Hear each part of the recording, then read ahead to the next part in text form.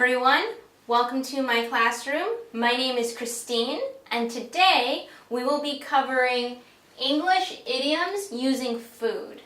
So these are phrases that we commonly use in English, more specifically America, and what these phrases are is that they actually have a different meaning from when you first look at them. So today we're going to cover 3 different idioms that have food items in them, and I'm going to explain to you what these idioms mean and how you can use them in different kinds of conversations. So let's use the first one, a piece of cake. So this sounds really delicious.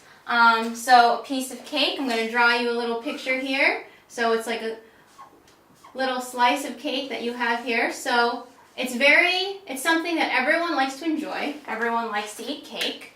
And so when you see this in a movie or you hear your friend telling you that something is a piece of cake, it doesn't mean that something is actually that little piece of cake. It actually means it's easy. So let's say, for instance, you were taking a test and you studied well for it, and so when you took it, it was actually very easy. So when your friend asks you later, how was your test? You can tell him it was a piece of cake, meaning it was very easy.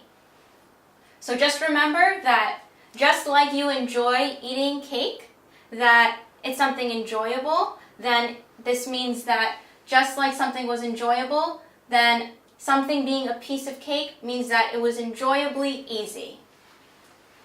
Okay? Next idiom is egg someone on.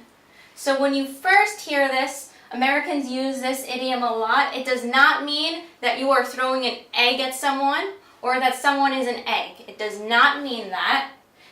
You are referring to the egg as in a food object. That's an egg.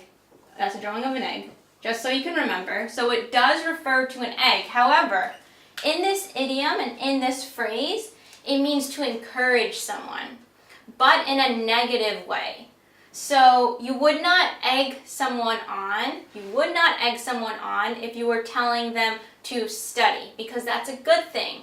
It's good to study. However, if you were to egg someone on to maybe pull a prank on your friend, then that is correct. So you can say that I egged my friend on to pull a prank. So you continuously bothered them to pull that prank. So egging someone on is not necessarily a good thing to do, but we do use this a lot in American English.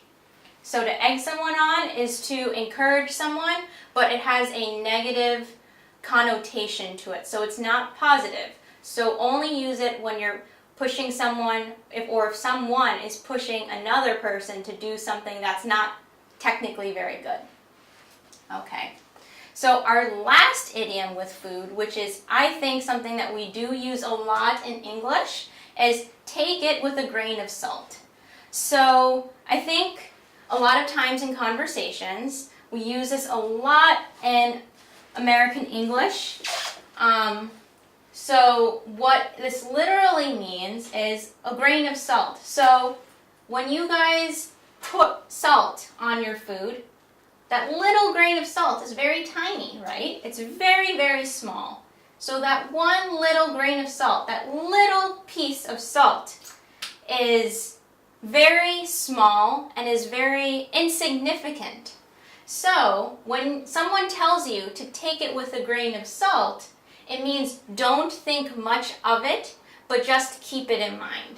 So let's take it for instance, when you're in class and your teacher taught you something, and she even tells you, this is good to know, but it's not necessarily always a case. Maybe in science class, it's just a hypothesis that some people think, but it's not agreed with most people, then your teacher might say, take this hypothesis with a grain of salt. So meaning, keep it in mind, but don't take it as truth. Just know it, just think about it in your head, keep it in your thoughts, but don't adopt it as truth. So just like this little grain of salt is very small, think of that idea or whatever you are taking with a grain of salt as small as a little grain of salt.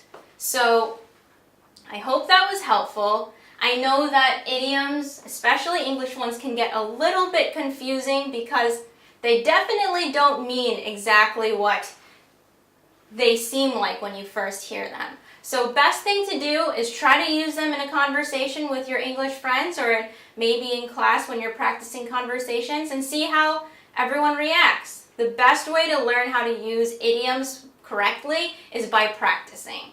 So remember to practice, guys, and I hope that we'll be able to help you out with any other idioms in the near future.